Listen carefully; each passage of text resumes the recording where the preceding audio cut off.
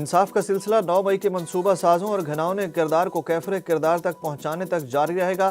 ترجمان پاک فوج نے اعلان کر دیا۔ D G I S P R lieutenant general Ahmed Sharif Chaudhry نے پی ٹی آئی کے ڈی چوک احتجاج کو نومبر سازش قرار دیا۔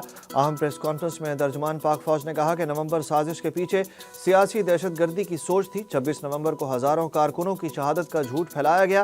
2014 میں پارلیمنٹ اور دیگر سرکاری اداروں کی عمارتوں اور 9 مئی کے پرتشدد واقعات منفی سیاست اور تشدد کا سلسلہ ہے۔ جو آج ملٹری کورٹس پر تنقید کر رہے تھے، کل وہ ملٹری کورٹس کے گن گایا کرتے تھے۔ ان کا کہنا تھا کہ پاک فوج کسی سیاسی جماعت یا نظریے کے خلاف نہیں ہے۔ خوش آئند بات ہے کہ سیاستدان آپس میں بیٹھ کر اختلافات اور مسائل حل کریں۔